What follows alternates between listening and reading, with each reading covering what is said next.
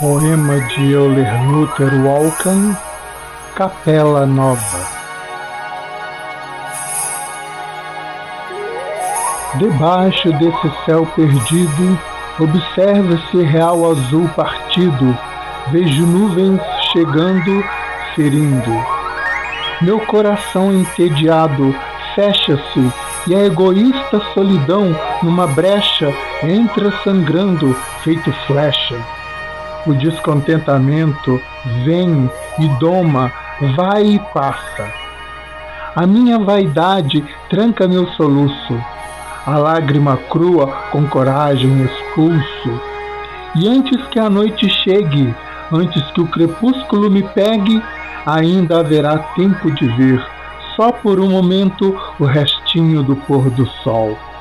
Ainda haverá tempo de crer que o amanhã irá retornar mais delicado, mais delicado.